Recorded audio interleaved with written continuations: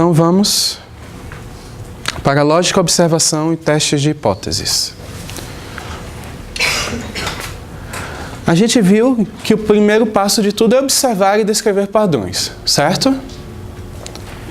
Não há observação no vácuo, vocês já perceberam isso com as abelhinhas. A gente vai voltar para as abelhinhas hoje. Tudo que a gente percebe é filtrado com base em experiências anteriores. Vocês conhecem isso aqui? Alguém aqui assistiu Dr. Who? Pessoas sem gosto. Basicamente é um seriado inglês onde você tem um alienígena que viaja nisso aqui é uma máquina do tempo, que ele para essa caixa azul no meio de qualquer ponto do espaço-tempo e ninguém percebe, porque todo mundo ignora a presença da caixa azul. Vocês vão ver que o nome da caixa azul é TARDIS. Vocês vão ver que tem várias TARDIS escondidas pela ciência, que quando você olha, você faz, pelo amor de Deus, como é que ninguém nunca viu isso antes? E como a gente estava falando de teoria de pelúcia, vamos falar de Popper de novo. Se nós não formos críticos, nós sempre iremos encontrar o que queremos. Nós iremos buscar e encontrar confirmações e iremos nos desviar de e não ver qualquer que seja perigoso para nossas teorias de estimação. Deste modo, é muito fácil obter o que parece ser evidência excessiva em favor de uma teoria que, se abordada criticamente, seria refutada. Popper não foi o primeiro cara a falar isso. O primeiro cara que falou isso foi um árabe, que eu esqueci o nome dele agora, lá nos idos dos anos 600 e pouquinho. Então, há muito tempo a gente sabe que a gente tem que olhar com cuidado e, como eu falei ontem, lembre-se que vocês todos estão enviesados e tenham em mente os seus vieses quando vocês estiverem fazendo suas perguntas. Porque senão, vocês vão apertar suas hipóteses de pelúcia com todo o amor do mundo, vão carregar elas para sempre e vão estar errados para sempre. Como é que a gente pode evitar esse problema de se apegar para algo e não ver o erro daquilo? Praticar o desapego. Criar várias hipóteses. Mais o quê?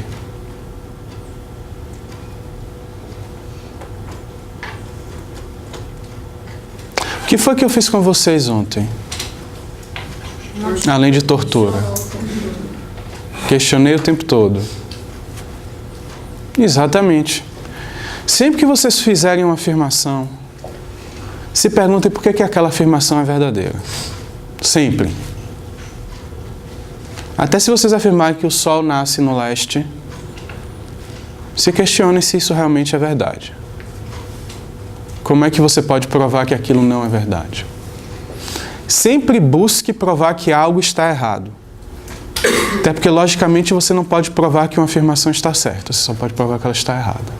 A gente vai ver daqui a pouco. E aí a gente entra em como fazer isso. Como provar que uma afirmação está errada. Como? Como você prova que uma afirmação está errada?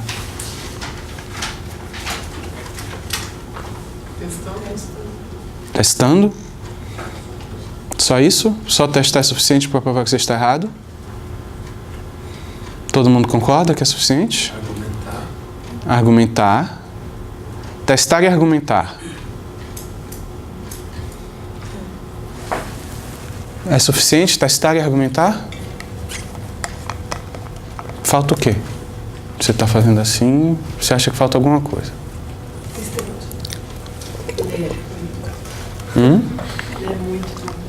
Ler muito, muito mais sempre ajuda. Exceto quando você tem um prazo. Oi? Observar. Oi? Confirmar. Você pode confirmar alguma coisa? Você testou e você argumenta sobre aquilo. Vocês já ouviram a expressão evento cisne negro? Não? Vocês vão ouvir daqui a pouco de novo. Como é que você prova que uma coisa está correta? Como é que eu provo? É. Eu testo muitas vezes. mesmo assim eu não vou ter certeza se ela está correta. Por quê? Porque eu chego próxima da realidade. Se eu testar várias vezes, não necessariamente eu chego na realidade. Por quê? Porque a gente está observando no nosso ângulo e não necessariamente as coisas funcionam da nossa... Vocês concordam com ela? Vocês concordam com ela? Sim? Todo mundo concorda com ela. O que ela falou tem alguma coisa a ver com o método hipotético dedutivo? Lembrando que eu ainda não formalizei método hipotético dedutivo com vocês.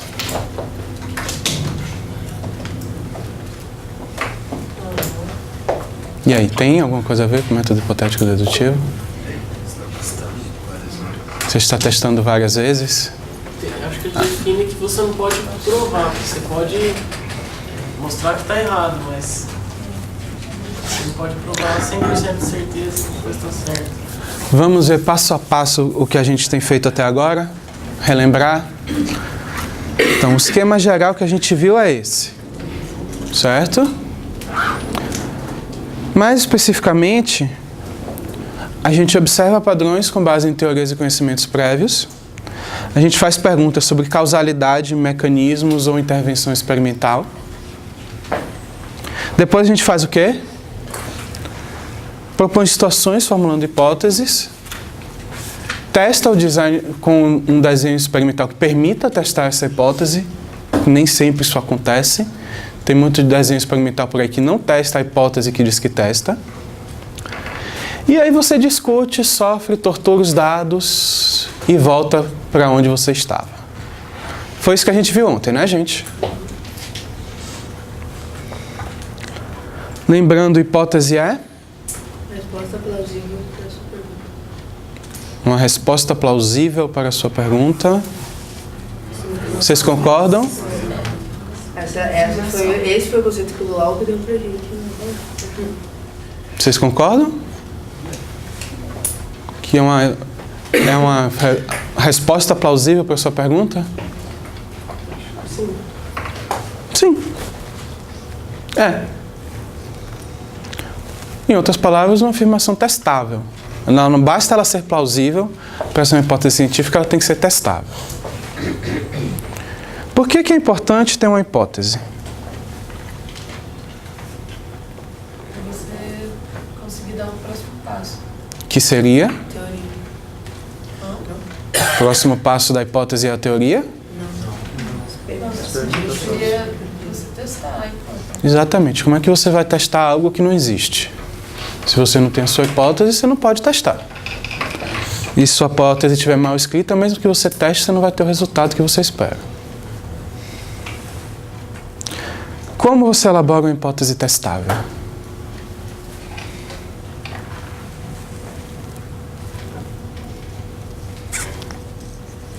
Como? Eu acho que geralmente quando você faz a pergunta, você já pensa no teste. Não, você já pensa numa hipótese. Uhum. E aí, você pensa no teste. Você precisa de uma boa pergunta. Você precisa de uma excelente pergunta. O mais específico possível. Uma pergunta específica. E mais o quê? Observação. Observação para fazer sua pergunta. Eu estou falando sobre a estrutura da hipótese agora. Variáveis que possam ser medidas. Variáveis que possam ser medidas, ok. Mais o quê? Tem que ter uma contra-hipótese. Você tem que ter uma contra-hipótese. O que você chamaria de contra-hipótese? Uma negação. Uma negação. Hipótese alternativa. Então ela tem que ser... Qual é o termo técnico? Alternativa. Contestável. Falsificável. Uma hipótese só presta para você trabalhar com ela se você puder provar que ela está errada. Se não, ela é uma afirmação qualquer sobre o mundo, uma revelação divina, mas acabou por aí. Então você tem que fazer afirmações diretas. Se eu variar tal coisa varia também ou não varia. Você tem que explicitar causa e efeito. Se você estiver interessado em questões de causalidade, você tem que explicitar a causalidade. Se você estiver interessado em questões de correlação, você tem que explicitar a correlação que você espera entre as variáveis. De preferência, um efeito ou causa ou correlação ou evento por hipótese. Você pode ter mais de um? Pode, mas é muito mais difícil testar essa hipótese e a sua hipótese nula não é tão clara. E o efeito de se negar a hipótese nula também não é tão claro. A gente já vai ver daqui a pouco por quê. Quanto mais refinada, mais granular a sua hipótese, melhor. Porque fica mais fácil de você testar. E testar tudo individualmente. Não teste suas hipóteses em conjunto. Se suas hipóteses forem cadeadas, teste primeiro uma, depois a outra, depois a outra. Se suas hipóteses forem hipóteses múltiplas sobre a mesma pergunta, teste separadamente. Senão você está mascarando o efeito das suas variáveis. Você está misturando coisas, vai acabar uma confusão, você não vai conseguir ver o resultado.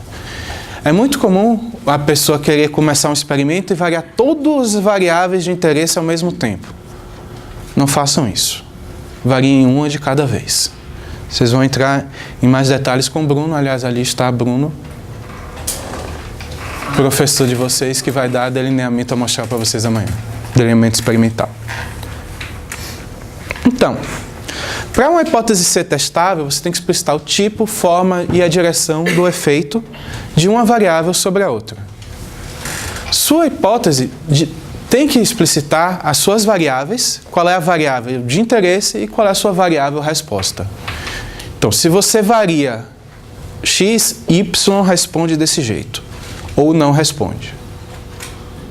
Se você varia x, y, z, w vai responder de tal jeito. Mas sempre explicite que variável está agindo sobre qual variável.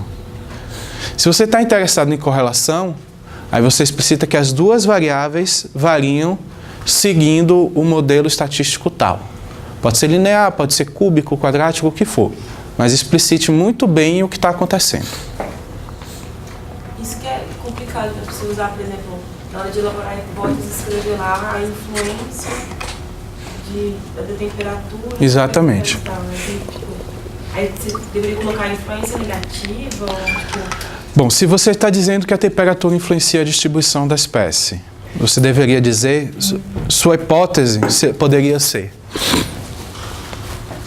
a espécie X se distribui em áreas com temperatura entre tal e tal. Você está explicitando sua variável resposta, que é a distribuição, com sua variável temperatura. Ou, se você aumenta a temperatura no seu modelo experimental, a espécie tal tende a se deslocar, tende a fugir do gradiente de temperatura. Então, você está explicitando a direção do efeito. Ele aumenta nesse sentido, ele diminui nesse sentido, ele aumenta, depois diminui.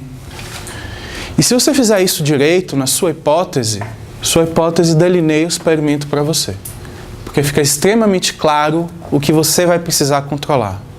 Quanto mais claro ficar, menos trabalho você vai ter, menos erro experimental você vai ter. E faça um gráfico. Tá? Se vocês não conseguem fazer um gráfico da relação entre suas variáveis experimentais, vocês têm um problema sério. Existem questões que não podem ser descritas em gráficos como esse? Existem. Não vou dizer que não existem, mas não são questões fáceis de serem abordadas. Diga. Isso normalmente é para os resultados esperados, né? Sim. Tem uma hipótese, eu vou ver isso. Uhum. Você espera que a correlação seja dessa forma. Você pode ter outros tipos de gráfico, por exemplo, você pode, se sua resposta for sobre a rede de interações, o seu gráfico vai ser como a rede de interações fica depois que você retira as espécies-chaves. Mas pensar graficamente ajuda a delinear o experimento, ajuda a clarificar a hipótese. Então sempre faça um gráficozinho de como você espera que as coisas variem. Só para complementar, o gráfico além de ser, é o resultado esperado ou a previsão? Sim. Quando pedirem para você colocar a previsão, é o gráfico. É as suas variáveis operacionais. E lembrando sempre, cuidado com afirmações teleológicas e antropomórficas. Vocês lembram dessa palavra ontem? Teleológica. Teleológico está relacionado com a causalidade, com a finalidade de uma coisa. Então, você dizer que a espécie se desloca para as áreas de maior insolação para obter mais alimento, você tem um problema nessa sua afirmação. Você não está dentro da cabeça da espécie para dizer que ela está fazendo isso para tal coisa. Isso é muito mais claro em estudos de evolução, em que você diz que a espécie desenvolveu tal característica para sobreviver no ambiente árido. Isso não acontece. Então, muito cuidado com hipóteses ou premissas ou qualquer coisa que encontre a palavra para. Tenham muito cuidado com essa palavra. E cuidado muito com o antropomorfismo, principalmente se vocês trabalham com animais. A gente tende a achar que os animais raciocinam que nem a gente. Então a gente tende a esperar que eles reajam à situação do modo como a gente esperaria, como a gente reagiria. Não é verdade. O sistema sensorial dos animais é completamente diferente do nosso, as necessidades fisiológicas dos animais são completamente diferentes da nossa. E isso tem que ser levado em conta quando você está trabalhando com sua espécie. Para a gente não é problema nenhum atravessar uma estrada para pegar uma fruta do outro lado comer uma fruta do outro lado da rua. Só que para muitas espécies é impossível atravessar uma estrada.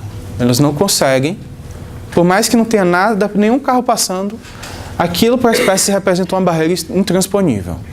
Quem trabalha com conservação sabe muito disso. O impacto que somente existir uma clareira no meio da floresta, para algumas espécies já desconecta o fragmento completamente. Não importa o tamanho, basta que haja uma ruptura na cobertura vegetal, por exemplo, algumas abelhas já não conseguem atravessar de um fragmento para outro, mesmo que seja só uma trilha atravessando. Cervídeo também. Oi? Cervídeos. Cervídeos também. É uma coisa que para a gente parece coisa mais besta do mundo, mas para o animal é muito importante. Então quem trabalha principalmente com ecologia animal tem que levar isso em consideração. Você tem que entrar na cabeça do seu bicho. Lembrando sempre que uma pergunta pode dar origem a várias hipóteses, cada hipótese deve ser testada separadamente. Você pode ter hipóteses encadeadas, em que uma hipótese, ao ser testada, gera uma nova hipótese, ela é tomada como premissa para essa hipótese que vai ser testada novamente. Você gera uma pergunta a partir dessa hipótese, gera uma outra hipótese e testa. Ou você pode ter várias hipóteses relacionadas a uma única pergunta. Nesse caso aqui, geralmente cada hipótese lida com uma variável de interesse. Beleza até aqui, gente? Tudo tranquilo?